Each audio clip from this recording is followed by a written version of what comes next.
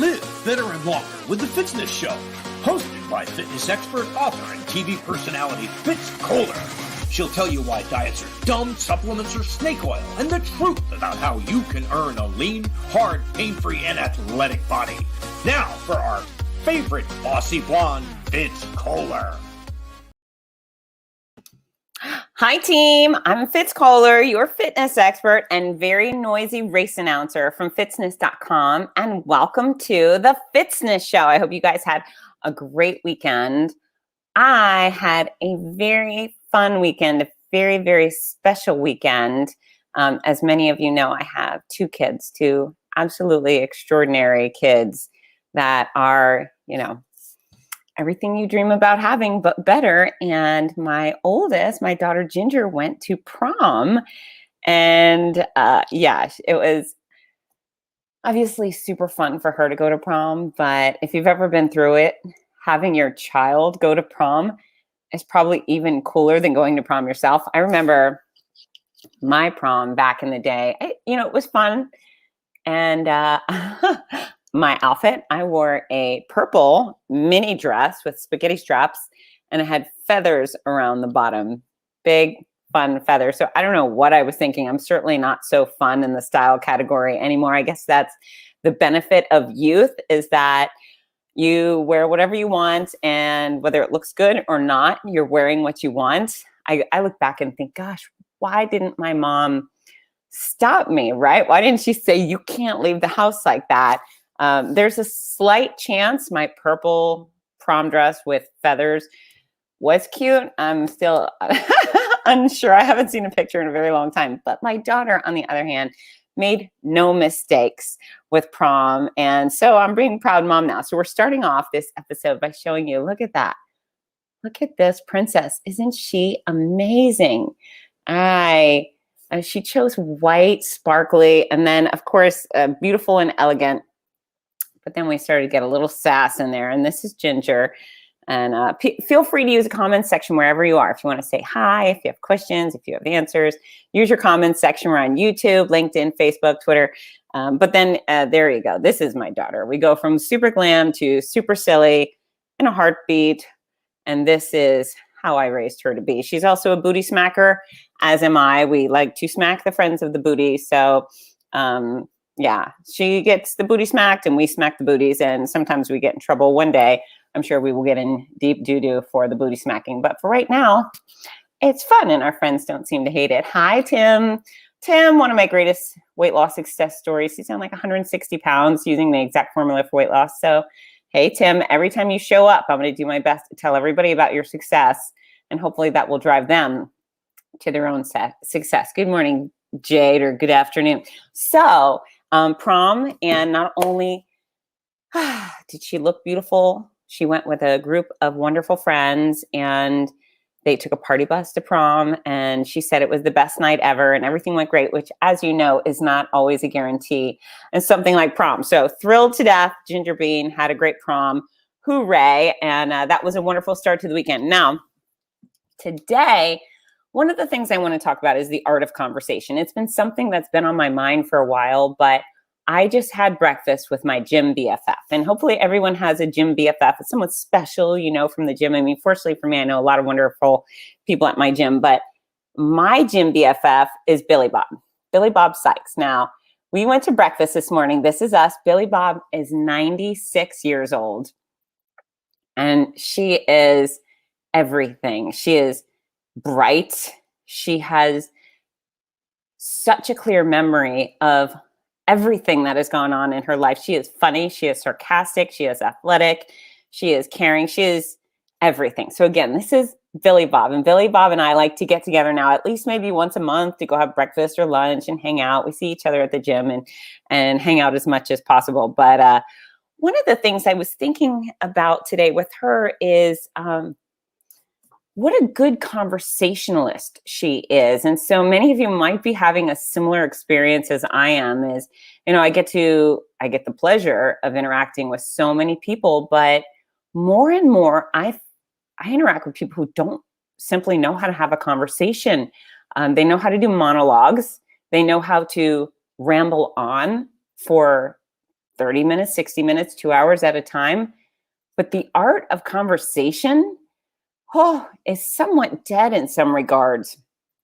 It's shocking to me how many times I've been with other people, whether I bumped into them and we just started communicating, or that we've chosen to meet up, or we've picked up the phone, but people who don't even say, how are you? They just ramble on about their own situation. And that's not a conversation, that's a monologue. And I think it's weird. I come at conversations, I look at the other person, I think I want to get to know them. I want to find out what's going on. I'd like to interact as well. I don't think I'm the most interesting person in the world, and I certainly would not like to do a monologue. This is a monologue situation, right? Unless you interact, and then I like that. But it's amazing to me how many people, more and more, that I'm engaging with that never even utter the words, how are you? They will ramble on about their this, their that. You don't even have to ask them, what's your life history? And they give you their life history and then ditch. And I think conversation is a back and forth. And so that's been kind of on my mind. And as I sat there with Billy Bob this morning, just thinking about how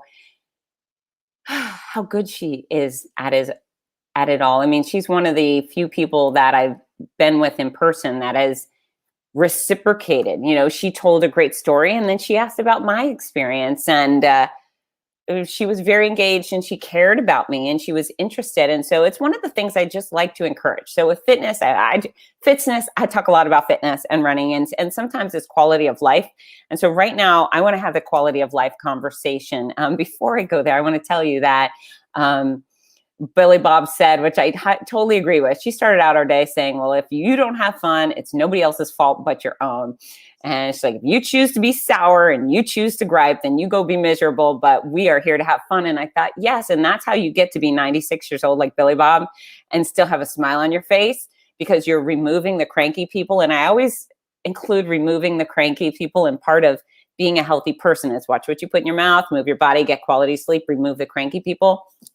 And so, Billy Bob has that attitude too, but she's also, I just lost it. Yeah, she's also trying to teach people how to remove the cranky people, but she's taking responsibility for her own happiness. And I imagine, even though she's a saint, imagine over her 96 years, she's found a way to say, okay, that person is sour. I'm just not going to spend time with them anymore. So I guess the encouragement there is, don't be the cranky person. Don't be the person who always shows up to the party or the lunch date with a complaint or a crisis. Not everything's a crisis. I get it. Stuff happens in the world. Stuff happens in my world. You won't know about it. It's probably none of your business, right? None of my neighbor's business. Nobody needs to be burdened by my burdens. You know what? This is interesting. Right? So I don't really talk about this a lot. Someone asked, like, oh, you wrote a book? And the reality is I've written 2 books, but I thought it was super important while I was going through cancer treatment, not to let it burden other people. And that's why you didn't hear any of the details as it was going on. I thought, you know what? Nobody needs to know I'm sleeping on the floor at night, the bathroom floor, right? Nobody needs to know I'm super sick. It just, who would have wanted to hang out with me? Cancer and all, did I have a right to gripe and be sour and feel like I was having a pity party? Sure. Was I going to burden other people with that? The answer was no. I had 1 or 2 close confidants that I shared some of the details with, but I chose not to be a Debbie Downer. If you haven't seen it yet, go look at the Saturday Night Live skit, Debbie Downer. And she shows up and everybody's having a good time, and she always just brings things down. So don't be that person. But along with the art of conversation. So I certainly have my opinions on it, but I went back to the best-selling book, How to Win Friends and Influence People. And that guy, I can't remember his name. If anyone remembers that author's name, he had some great suggestions too. So I paired my conversation ideas with his, and I think I came up with a pretty good list. And listen, maybe you're really good at it. And maybe you're someone who does a monologue and never asks the other person how they're doing. And maybe you need to hear this. So listen. So first of all, show genuine interest in the person you're communicating with. Again, this is not all about you. If you're part of a conversation, it's not a monologue. You have not been paid a keynote fee. So if you take genuine interest in each other, That's going to be a great place to start. And that's going to give a lot of hope for the quality of your conversation. Even if you're talking to your mom, even if you're talking to your best friend, you still have to have genuine interest in that person, or the conversation is useless. Just don't have the conversation. Smile again. People like that. And when I get on stage, I think speak with a smile, and people tend to respond to that. Doesn't mean if someone's telling you about their dog dying, you have to go, wow, sorry that happened, but appropriately show warmth, especially if it's with someone new on your list, especially if you're doing business. Smile. Use their name. Hi, Susie. It's so nice to meet you, Susie. You can throw out their name 2-3 times. People love to hear their name. People's names is the most important word in their world. The entire world, the most important word to them is their name. So you should use it. I work very hard to remember people's names. Sometimes I meet so many people in a row that it overwhelms me and I forget, but I work very hard. And if I have the privilege of a one-on-one or a 2-on-1 conversation, this is Bob, this is John, this is Bob and John. And I do the little tricks in my head to try and remember whose name is what. And if they have a tricky name, I work extra hard to learn it. And again, I'm not always successful, but it's important to me. So it should be important to you. Okay. And here's the other thing is when somebody talks to you, listen. Don't look at your phone. Oh, really?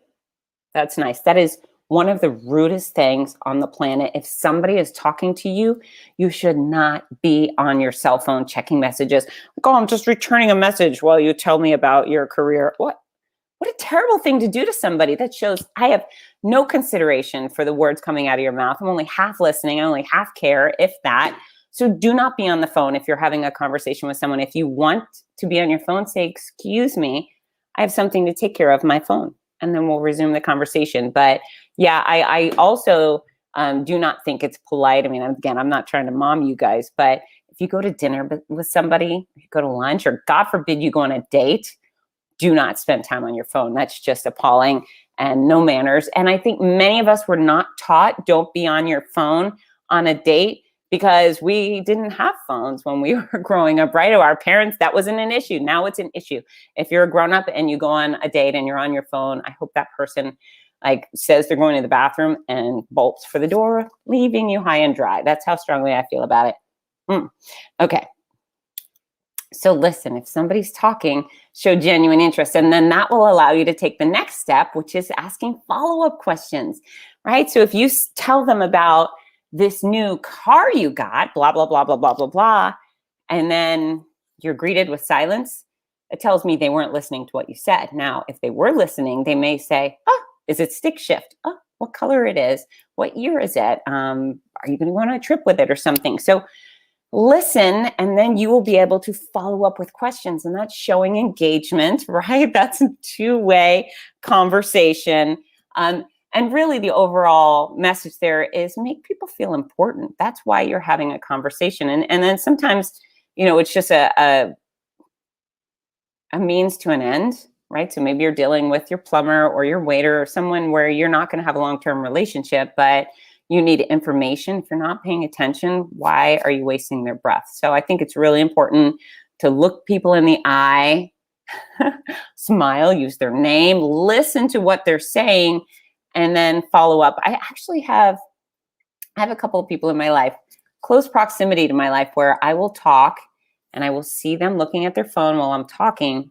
So mid-sentence, I will stop talking and they won't even know I've stopped talking because they're looking at their phone the whole time. And I think, are you kidding me? You didn't even know I stopped talking. So I have learned not to talk to those people. I have learned not to waste my breath. And that's really what it comes down to is I think, okay, if I want to hear from them and they want to hear from me and we're enjoying each other's company, then this conversation is worthy. If neither one of us are paying attention, or if they're not paying attention, I'm almost perfect on the paying attention thing. I want to know what you're saying if you're talking to me. And if not, then, I politely remove myself from the conversation. And that's the other thing is if you don't want to talk to somebody, it's more polite for you to say, sorry, I don't have time to chat right now, or I don't want to chat right now. It's far more polite to say that than it is to just ignore somebody while they're speaking. if you're not genuinely interested in the other person or having a conversation with the other person, you should not put yourself in a position to have a conversation. So don't show up for the lunch. Don't get on the phone with that person. Just sidestep it all together. But it was refreshing. It was highly refreshing to be with Billy Bob today. And I'm going to show you. Did I already show you the picture? I did. I'm going to show you again. This is Billy Bob. And she is, as I said earlier, she's everything. She's 96 years old. And not only is she an awesome conversationalist, but she has so many great, interesting memories to offer. She was telling me about when she got her first car today, a red convertible with red leather seats that she conned her dad into by singing to him every morning. He owned a car dealership, and it was like, hey, Daddy, don't I need a little red convertible type thing? But the day she picked up her convertible was the day of the bombing at Pearl Harbor. She's a World War II teenager. Just absolutely mesmerizing to have some of these conversations with her. She's really, really cool. But the art of conversation, I hope it's not dead. I hope it's not dead. I have some people on my list that can really go back and forth, and it usually starts with, how are you? And sadly, I have some people in my life that will just diatribe for 30 minutes, 45 minutes without asking. You know, a conversation doesn't have to be 50-50, but it should be somewhere close, unless you're having a big crisis and they've come over just to listen to you. But in most scenarios, you know, that's how you win friends and influence people, by engaging with them. It's got to be engagement. And I would like to see a heck of a lot more with that. And start with, how are you? And if you're shy and you feel put on the spot, show up at social events or at meetings, one-on-one meetings, with a list. Show up armed with a list of questions to talk about. Topics, questions, you know, akin to, how about the weather? And it could be, have you seen this sports guy do his sports thing? I mean, whatever it is. I got a new refrigerator. When's the last time you got a refrigerator?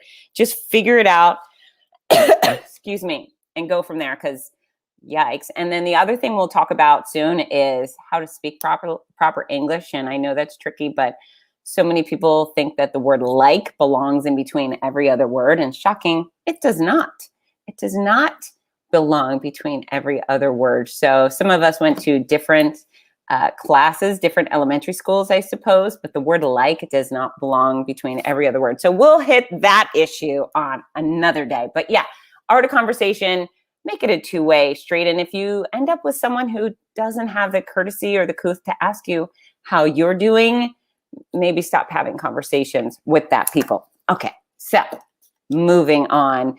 Few things coming down the pipe. I want to start by telling you that tomorrow, that's May 25th at noon, the American icon in sports is Meb Keflezighi is going to be on my show here. So May 25th at noon Eastern time, that's 9 a.m. Pacific, and then Europeans, you figure out the math. But Meb will be here to talk about his championships, his training techniques, his patriotism. There's so many interesting things about this man. Not only is he an incredible athlete, but he's very intelligent and very funny as well. He's the only he's the only person to ever win the Boston Marathon, the New York City Marathon, and an Olympic medal. So highly accomplished. And now he's spending his days working not only to continue his athleticism. I don't think he's competing anymore, but he's working to continue his athleticism, stay in great shape, and then help others achieve their goals. So Meb tomorrow. If you want to share this with your friends and family, as soon as I end this broadcast, I'm going to put up a live link on my channels, and you can just share that onto your page, and your friends will be able to see Meb. If you haven't already done so, register for the Buffalo Marathon, Half Marathon, or 5K. It's at the end of this month, June 26th and 27th. In Buffalo, New York. That's where the Buffalo Marathon takes place. I will be there, and Rudy Novotny will be there. It's a Team Noisy event, and we have a lot of fun planned for you guys.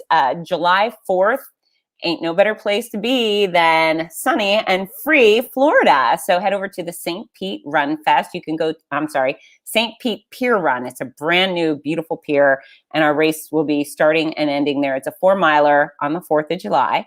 And the website is stpetepierrun.com. I do not have a discount code because the price, they're just keeping it so low that if they offer discount codes, they'd go broke. But yeah, St. Pete Pier Run, 4-miler on the 4th of July. I will be there and John Pelkey will be there. So again, guaranteeing a good time. And then on July 17th, I'll be in Canton, Ohio at the USATF Women's 6K Championship. And if 6K sounds weird, for sure, kind of weird, but that's how the cross-country track and field people work. So 6K for the elites, and then also 6K for the 1,000 spots available for regular Jills and Janes who just want to come out and run. You will run the same course at the same time as the elites. You may just finish a little bit after them. And if you beat them, what a coup, right? What a coup. I will be happy to call your name first if that's who you are. Guys, not invited to participate, but you are invited to come spectate and cheer for all the gals on the course. And coming soon, I have 2 great guests. Number 1 is Ashley with her monofin. She swims like a mermaid with this big mermaid tail. Looks not only like a fantastic workout, but really, really fun. And so I imagine all of my Disney runners who kind of like the Little Mermaid, even in your 40s, yes, I'm talking to you. Men, I'm talking to you too. You may not be a mermaid. You could totally be a merman or something in between. I've got no rules about that. But yeah, she's going to come and talk about mermaid swimming, which is a super fun workout, and horseback riding. And I have an engagement tale from our Gasparilla Finish Line, which was really, really sweet. So I interviewed that couple pre-recorded, and I'm going to air it this week as well. So that is it for me. I know that I have had this big monologue talking to you, but that's how this works. But in real life, art of conversation. I hope it's not dead. If you are just tuning in now, go back and watch the recorded version of this show, and I give some tips and tricks for having a great conversation. You may think you're having a great conversation and instead you're just talking the whole time, and that's just annoying the other guy. So anywho, I love you all. I hope you have an incredible workout today. Go get super sweaty. If you leave your workout and you smell bad and you look gross, you've done the right thing. So that's all for me, and I'll see you tomorrow with Meb. Get to work. Bye, everybody. And then I dance.